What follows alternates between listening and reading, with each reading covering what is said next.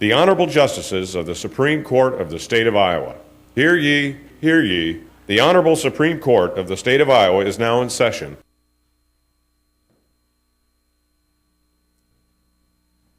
Thank you. Please be seated. And welcome, and I particularly welcome the students from the University of Iowa this morning. Welcome to the courtroom, and I hope you find this experience satisfying. We have 4 cases that will be submitted this morning. They are Ben Villarreal Jr., Cleo Martinez, and La Casa Martinez Tex-Mac Inc. versus United Fire and Casualty Company. Second case is Bruce Baker versus Bridgestone Firestone and Old Republic Insurance. The third case is Concerned Citizens of Southeast Polk School District, Southeast Polk Community School District Board of Education versus City of Pleasant Hill, Iowa, and City Council of the City of Pleasant Hill, Iowa. And the last case is Concerned Citizens of Southeast Polk School District and Jessamine Smith versus City Development Board of the State of Iowa. That last case is now submitted to the court without oral argument, and we'll hear the arguments in the Villarreal case. And Mr. Phipps, you may proceed.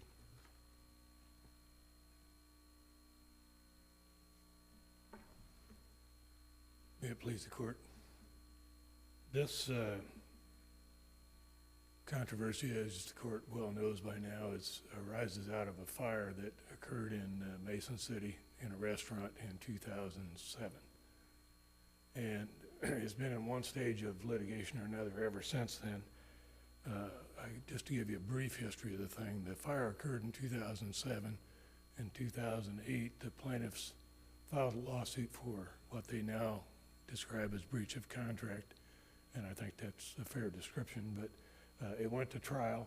The controversy was over why the defendant hadn't paid the plaintiff the amount that the plaintiff thought they were due on their fire loss. And it went to a verdict.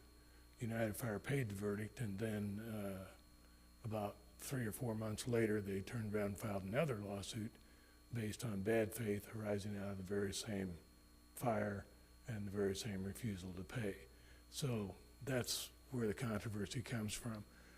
In the meantime, of course, a lot of things transpired in the claim, including the fact that even before they filed their original lawsuit, the plaintiff was claiming that the defendants were in bad faith and writing letters and emails and so forth, setting forth their various claims of bad faith. But they chose specifically, with knowledge of those facts, not to present a claim for bad faith at the time of the trial or to ask for a verdict in that respect. The one thing we do know about today's controversy is that no matter what this court decides, somebody will say it was merely a matter of semantics. And it is truly a matter of interpretation, but I think it's an important interpretation, not only to the litigants in this case, but to the litigants, all litigants, because it helps to define what does or doesn't have to be presented in a trial or in somebody's lawsuit. The question is whether there's such a unity of the plaintiff's claims regarding breach of contract and bad faith that they should have been presented together in one suit. And please note that I said presented in one suit, not necessarily tried in one trial. That is, in my mind, 2 different things. On that note, had they pled bad faith in the original breach of contract action, would you expect that the bad faith claim would have been stayed or bifurcated or put on hold until the contract claim was resolved? I would not be surprised if that were the result, Your Honor. So what's the difference if the bad faith case is simply filed and tried after the contract lawsuit? What's the gain and efficiency to having them pled together? I don't know that it's necessarily even a matter of efficiency. I think it's a matter of who controls the court. And this has been my headache about this case all along. In this particular case, the plaintiff unilaterally decided we've got 2 claims and we're only going to present one of them. My problem with that is that there are other people involved in that decision. There's the defendant, there's the court, and there's, of course, the public. But in this process, the plaintiff took all of those decisions into their own hands, whereas if they had presented both claims initially together, as they were saying they had both claims, the court could have determined things like bifurcation, things like period of time for discovery, what discovery is going to be involved in. My experience is, and yours is much greater than mine, but my experience is you bring the bad faith claim alleging that there wasn't, the claim wasn't fairly debatable, the denial was not fairly debatable. You bring the breach of contract claim, and you can get your discovery. I give up the adjuster's file, and then determine later whether they get tried together, but that process would still result in some efficiency because you're combining the cases at least until you get to trial. I think that's true, Your Honor. That does happen quite a bit, but my point was I think that's a matter that the district court ought to be in charge of. And the district court ought to be able to say, in this case, given the facts of the case, you get this much discovery, and it may include everything, which it frequently does, or it may be limited in some scope, and there may be a time period between the two. But my How do you get around the, we decided this issue a long time ago in Lukenmacher that you could bring the bad faith claim afterwards in a car case. That's true. And it's not splitting the cause of action, and so we basically have to overrule that whole set of law from 1990 because based on Lukenmacher, that's how we came to we should have separate trials. I mean, if you're going to go with the porn case, the First Circuit case, I think it is, that it's convenient, you might as well just try it all together and not split it off. So I think why should we change ships 20 years later? I would disagree with the court's characterization of what Lukenmacher says. Lukenmacher was in the context of a motion to dismiss, and the only thing the court said in Lukenmacher was there are cases in which you can have a separate suit on the breach of contract and a separate suit for the bad faith. The court said in Lukenmacher, at the stage of motion to dismiss, we can't tell which of those two scenarios this is. So in this case, it's entirely different because we're 6 weeks from the time of trial.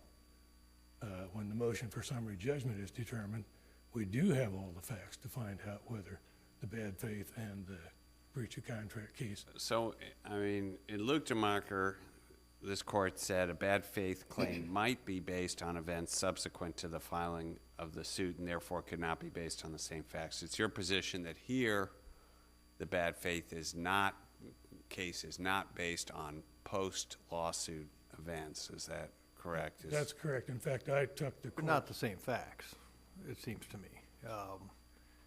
The facts that are germane on the bad faith claim are not, I mean, if you imagine Venn diagrams, I guess, the contract claim ordinarily is a pretty crisp, 4 quarters of the document, unless parole comes in, and, ordinarily that's not the case. I mean, contract cases are clean, quick, and the facts are relatively contained. Bad faith, as we all know, and that's one of the merits of trying it together, maybe, but bad faith involves ordinarily substantially different facts. Now, maybe they were known prior to the filing of a contract claim, maybe not. But aren't the facts of a bad faith claim ordinarily well beyond a contract claim? I don't think so. I think they're the same facts, but the attempt is to characterize the intention or the motivation. And I would analogize this case to a typical car accident case where the plaintiff comes in and tries their case and gets a verdict for whatever the personal injury was. Then they come back and they say, okay, we want punitive damages also. We want to try second case on the issue of punitives, in which you have the same facts, but you have a difference of motivation or That's a difference different. of Yeah, character. in the fire case, you're focusing on the cause of fire, probably. You're trying to figure out whether or not that cause of fire is an insured loss under the policy. and all those things. In the bad faith case, you're focusing on the acts of the adjuster in determining whether or not there was coverage. And those are two different things. I mean, in one you need expert testimony probably of what an adjuster should or should have done. In one you need to look at the whole claims file, which you shouldn't be able to get in the underlying case, and that's why we've said they split. So I don't understand how they're based on the same facts and circumstances, except that the fire occurred and the cause. But other than that, there's a whole different focus of the case. Well, that's why we need to look at this case, Your Honor. In this case, none of those issues were even in dispute. The fire was accepted as a legitimate accidental fire. Defendant stipulated to that. The only thing in question was the amount that the plaintiffs were entitled to. In order to prove that, the plaintiffs had their evidence about what the case is worth, and they had evidence about why the defendant's evaluation is wrong. Those are precisely the same facts that are an issue in the bad faith claim. And so it's simply a difference in attempting to characterize the motivation behind those acts. It's not different acts. It's not different facts. It's the identical same thing. The defendant didn't pay the plaintiff, and the plaintiff disagrees with the defendant's evaluation. Those are the facts of what they characterize as breach of contract, and those are the identical facts of what is now attempting to be presented in the bad faith claim. But you still have to focus on the adjuster's actions in the bad faith claim. You don't have to focus on anything else. And you don't do that in the contract claim. Because even if the amount, just because they disagree doesn't mean there's liability. In a bad faith claim, you have to prove the elements of bad faith. And that's dependent on what the adjuster did or didn't do, what the adjuster knew or didn't know, and those facts. And it seems to me they're just different causes of actions.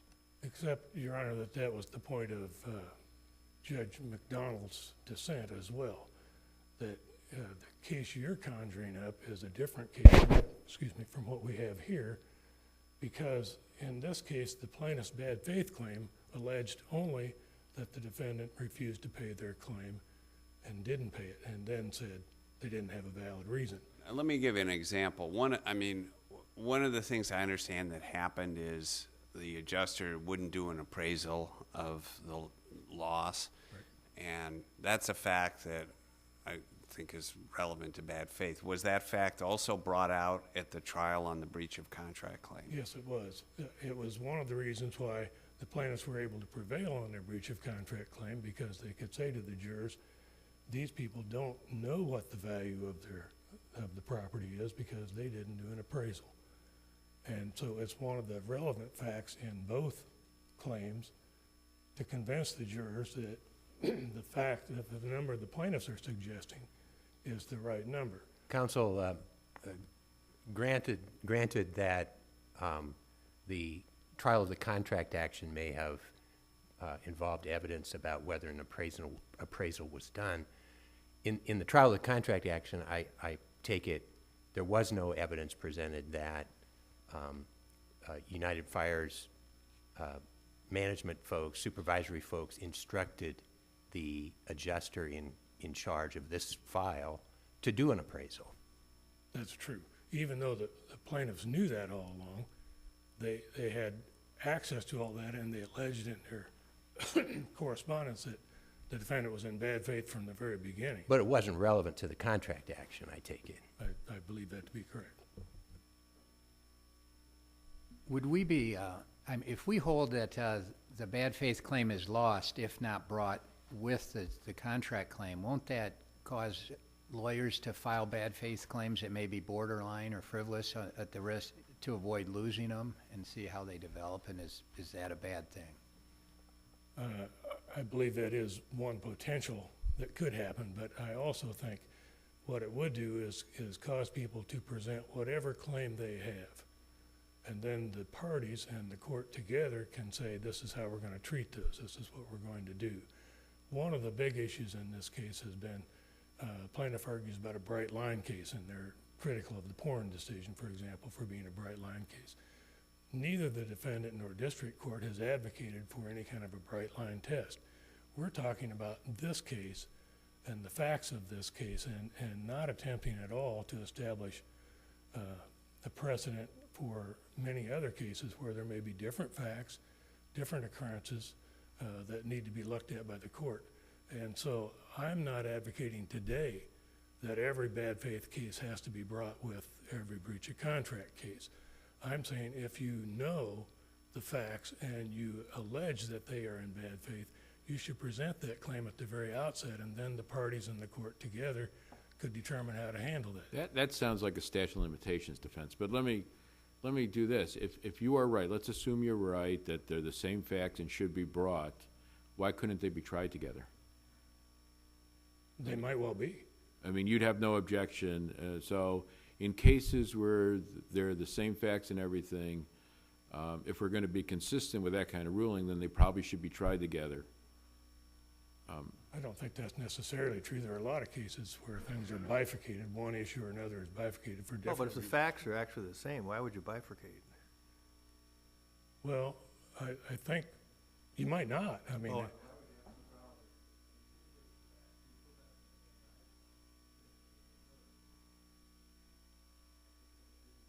I just don't see a basis for severance. Maybe I'm missing something, but. and you might not, but I can see cases where you might, because I think in some cases, the bad faith claim might overwhelm the breach of contract case. But in a terms case of like evidence. this, where it's basically the bad faith is denying a claim that was not reasonably debatable, it seems to me you could try it together. I think you might well. I mean, the district court raised that question, but I don't know that I agree with him. And I might say too that there's a 2011 Court of Appeals decision that I think is very interesting in terms of analysis. We didn't cite it in our brief, and we're not suggesting it's determinative as far as this court is concerned. It's a non-reported. It's a Dewey case. And they said, what I thought was interesting about that case is the analysis that they used. They said, what if the plaintiff came in on day one and filed their lawsuit and said, we're going to sue United Fire for a different issue, of course, but we're going to sue the defendant for one case in breach of contract, and at the same day, we're going to sue them for bad faith, two separate lawsuits. Somebody in that process would say to the plaintiff, no, you're not. Those are the same thing. They arise out of the same set of facts. You're presenting the claims now. You know you have the claims now. That's one lawsuit. And I think that situation is equally applicable in this scenario. If the plaintiff really truly believed all the things they were saying about bad faith before they filed the first lawsuit, and they had come into the Saragordo County Courthouse and filed one lawsuit for breach of contract and one lawsuit for bad faith, somebody would have said, that doesn't work. It's ancient law that you can't split your cause of action. And I think that would have brought things back into compliance. I think for that reason that the court should adopt the majority rule, the transactional rule, which is set forth in the Porn case, and that would resolve the issue here. Thank you, Mr. Phipps. Mr. Updegraff. Thank you, Your Honor. May it please the court, opposing counsel. My name is Eric Updegraff, and I represent the plaintiffs here today. And I'd like to start off with a discussion of the facts here. And what I want to talk to you about is what facts I did and didn't know. Because I'm the guy who filed this lawsuit. Dave Phipps wasn't around in 2007 in this case. There was a representation in the court that Mr. Phipps said, I knew that the adjuster's supervisor told her to get an appraiser. I didn't know that until after the breach of contract case was tried. I didn't know that until I got a chance to look at the claims notes. Right, but you would have gotten the claims file if you'd filed the bad faith case, right? Absolutely I mean, not. I give it up immediately in a bad faith case. You might make that decision, but the district court specifically said they would have bifurcated discovery and the trial. Right. Well, I'm not sure that he's right about that. I mean, I think there's merit to the view that if you've got to bring the cases together, you have to give up the discovery. Well, and I understand what you're saying, right? But at the same time, part of what's relevant to our discussion is the communications between their attorney and their adjuster. Would you waive the attorney-client privilege as well? Because one of the communications from Daryl Isaacson to Christine Frederick is, we're going to lose this case. I think we're going to lose about $50,000 to $75,000. And that was, I think, apropos. I think it's very relevant to what she knew when she went into that trial. The communications Sure, you waive the between. privilege either way, but as far as the issue of, do you have to give up the claims file? I think you have to give it up. There's no question about that. And if you had brought the two cases together, you would have gotten the claims file right away. I believe you're wrong. Our precedent is pretty clear, you can't get the claim file. I mean, the way I read all the cases, but let me pursue another area, the difference between first party and third party bad faith. Okay.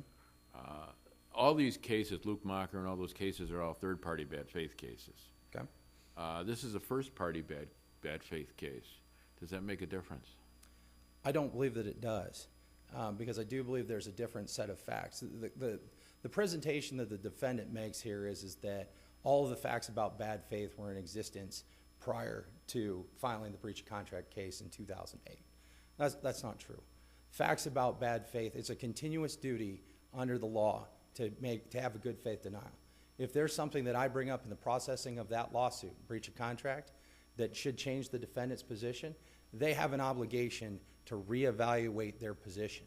When I hire an appraiser that says the value of this building is $315,000, then they have to reevaluate their position. But in a third party bad faith claim, say Mr. Phipps hits you, I've seen him drive, so I know this, but say he hits you in a car accident, and his company doesn't settle with you. Now, they have an obligation to defend him, and an obligation to have good faith to deal with you. In that case, you really shouldn't get the claims file and that thing if you brought it together, and that's been our precedent. But is there a difference in a first party case where you're suing the person who you had the contract with? And that's what I'm having trouble with in this case, because Sure. Do the principles from the third party case come over there? Because you have that contractual right, should you be entitled to know more? And maybe in a first party case, the claims file should be given up. I mean, I don't know. Do we have any first party cases where the claims file is not given up? Yeah, I join in the question since you said I was wrong. Yeah, fair enough. Yeah, I don't know the answer to your question. I mean, from my perspective, I think that you would get, because the claims file includes that attorney-client privilege, because that claims file. But put aside attorney-client privilege, you would get the normal items that are in the adjuster's file. The work notes, the notes of conversations, notes of what they did. I'd get a redacted claims file, because there would be attorney-client privilege. That's been my experience at China. I mean, but the attorney-client privilege applies in any case. Let me ask you another question. Can you give me, just in researching the law around the country, can you give me any case where a first-party bad faith case based on events that occurred prior to the breach of contract litigation was allowed to proceed, where there wasn't a finding of risk? I'm not aware of any, Your Honor, no. Because it does seem that the majority rule is the rule that the district court applied here, right? That's what the porn case discusses, right? The porn case says, well, this is the majority rule, and this is how, well, there must be a minority rule if there's a majority rule to start with. I have my law clerk who's pretty good. I think she went to University of Iowa too. And she couldn't. The only case she could find is that Raw case that's cited, and that involves events subsequent to the filing of the lawsuit. That's the one that was cited by the majority on the Court of Appeals. I mean, there's no case law that really would find that claim preclusion doesn't apply in this specific situation, is there? Not right on point if you're making a distinction between third party bad faith and first party bad faith. Yeah, I can understand what you're saying there. That makes some sense. I think a lot of the same principles still apply in a first party case anyway, though, because I do think that you would end up with a bifurcated trial. I do think you'd end up with bifurcated discovery, because I think that any defendant's going to want to protect their claims notes so that they can keep that information from me. In this particular case, there was a lot of hiding the ball going on as to the valuation of this building. I mean, I was surprised when I got to trial and I asked Christine Frederick, what's the value, what's United Fire's position on the value of this building? And her response was, we take no position. She took a position in her deposition. She took a position in her letters about it. But she gets to trial and say, we don't know what the value of the building is. Mr. Updegraff's wrong about the value of the building, but we don't have a position. I told the jury, I said, it's just like this. I say Babe Ruth hit 714 home runs, and you say, no, he didn't. And so I ask you, well, how many home runs did he hit? You said, I don't know, but it's not 714. That's the discussion that's going on in terms of that. The bad faith continues throughout the processing of that case. Counsel, isn't there an efficiency argument in favor of separating the contract action from the bad faith action in this context? Absolutely. Well, let me tell you what the context is first.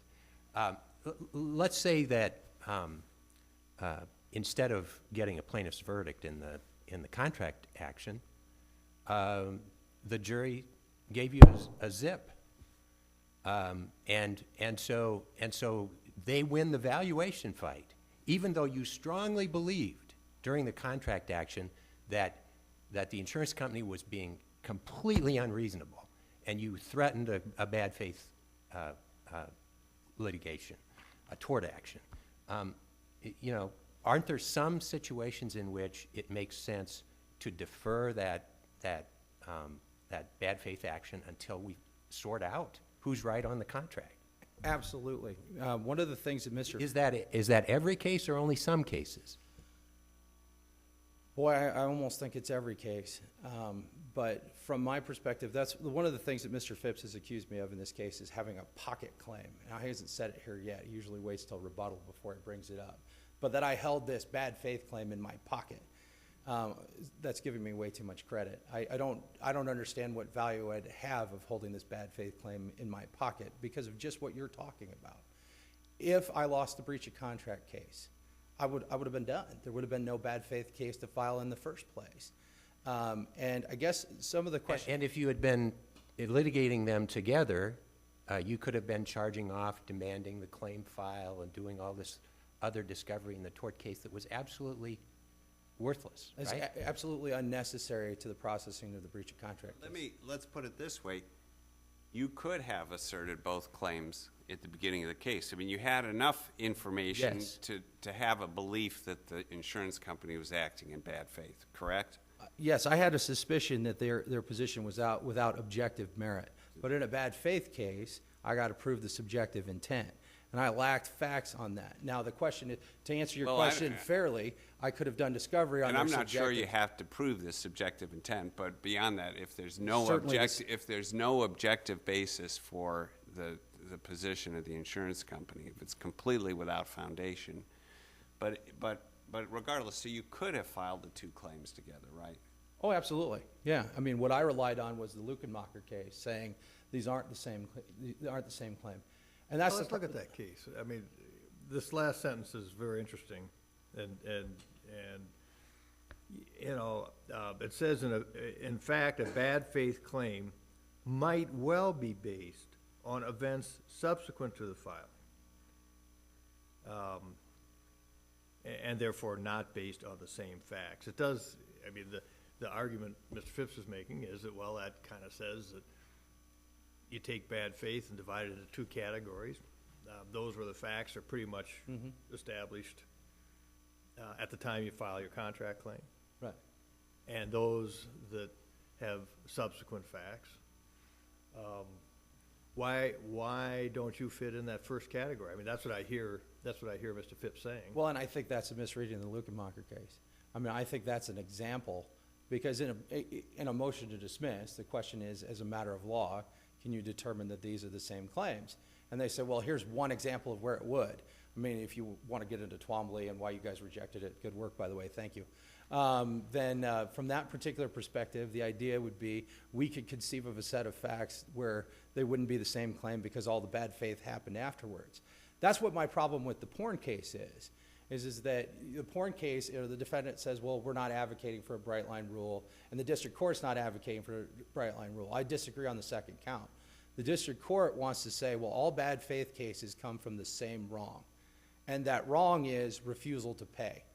Well, okay, every breach of contract with your insurance company case involves a refusal to pay. Every insurance contract, all it gives you is a right to get paid. I suppose maybe you could get a right to have your golf clubs cleaned, but then the case would be a refusal to have your golf clubs cleaned. I mean, the idea that you would reduce a fact-intensive question to those 4 words, a refusal to pay, or maybe those are 3 words, or a refusal to pay, there's 4, that you would reduce it to 4 words for purposes of defining the claim, flies in the face of everything that we know defines a claim in the state of Iowa.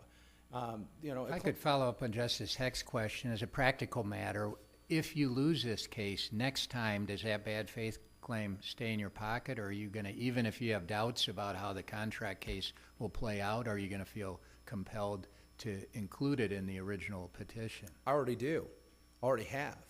I mean, I've already had another breach of contract case where I filed the bad faith claim because I think there's a question about whether or not there is a bad faith claim. When you file that bad faith claim, don't you have to start doing discovery on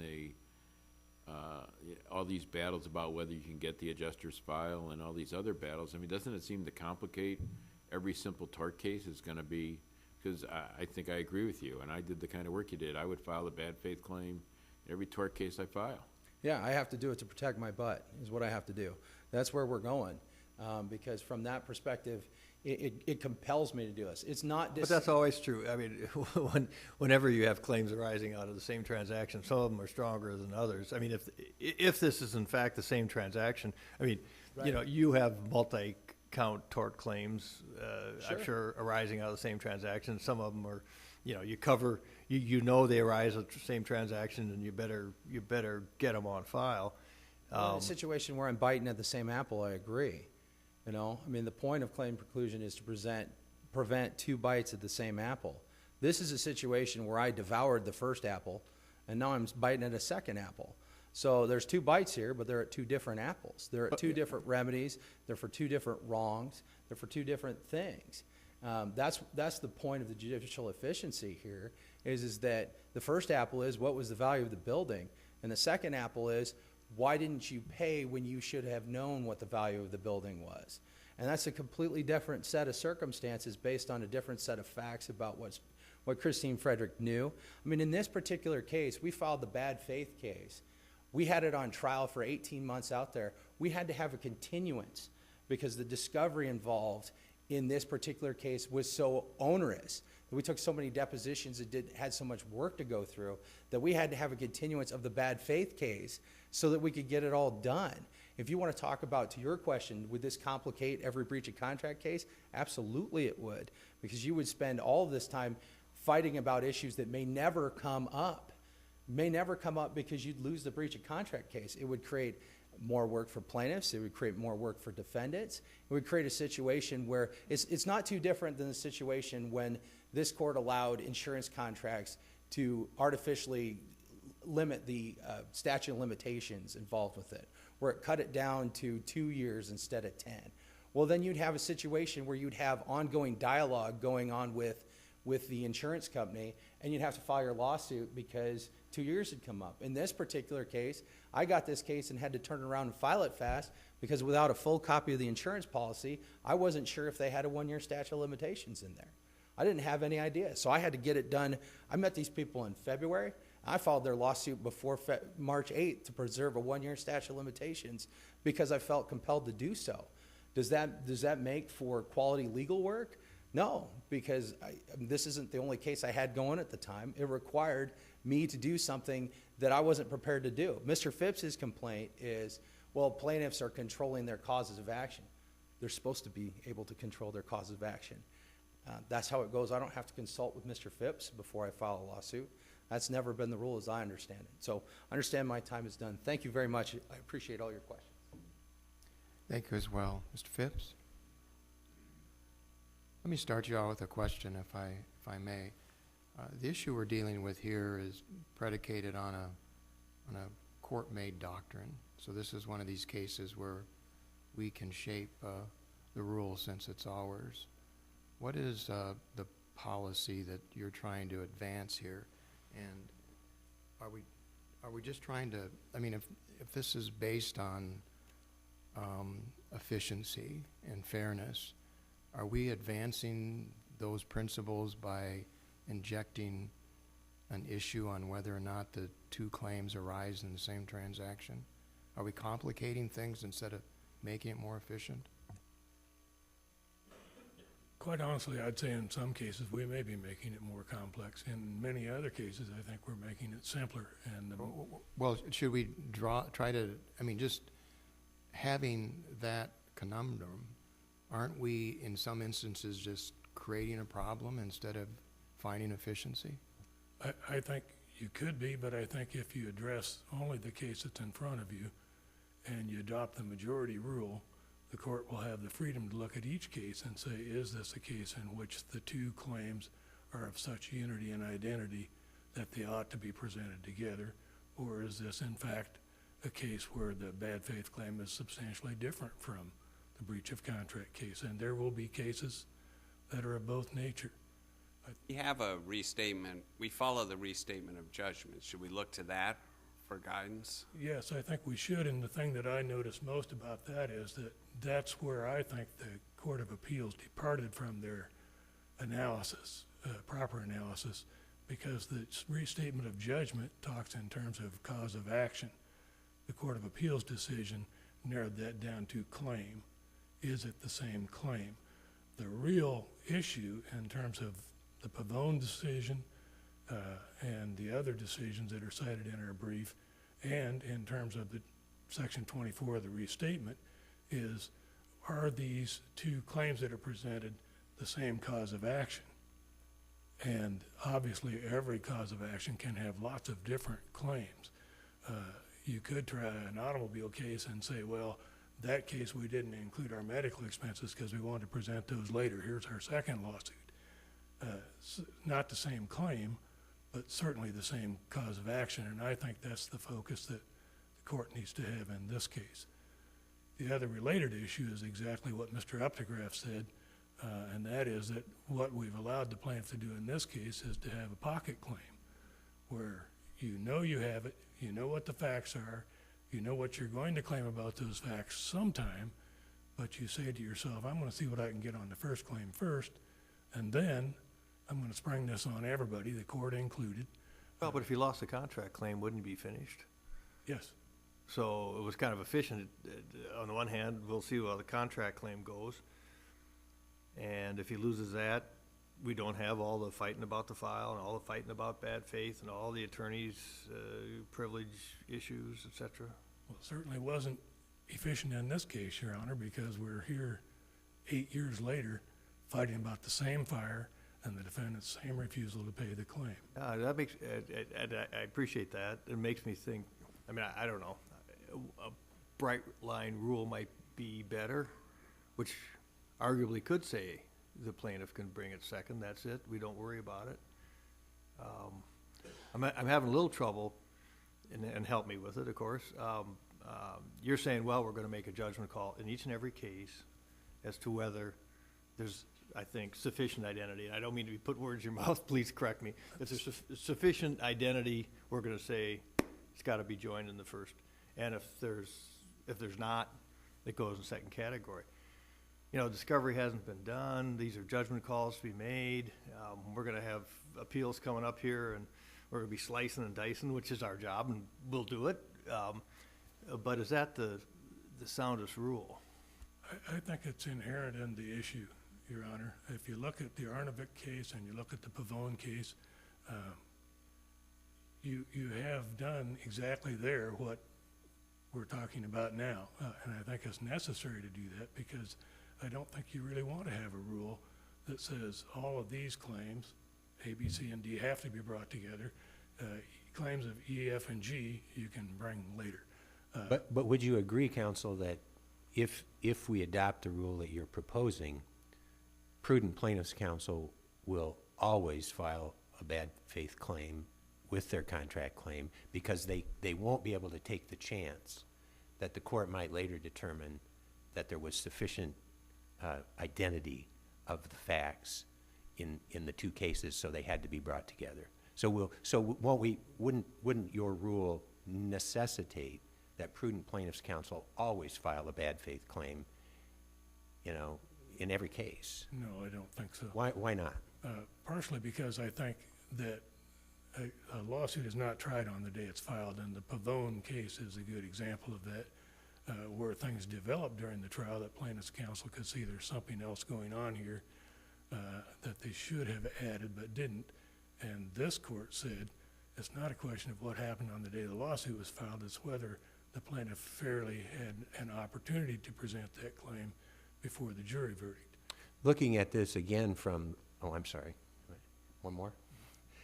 Looking at this again from the vantage point of the insured and the insured's counsel when they're filing this lawsuit, isn't there a problem with counsel for the insured asserting this bad faith claim with the contract claim because there's a requirement that there must be a factual basis, a good faith factual basis for the claim, and until you do that discovery, in most instances, you really won't know whether there's a legitimate factual basis for the bad faith claim.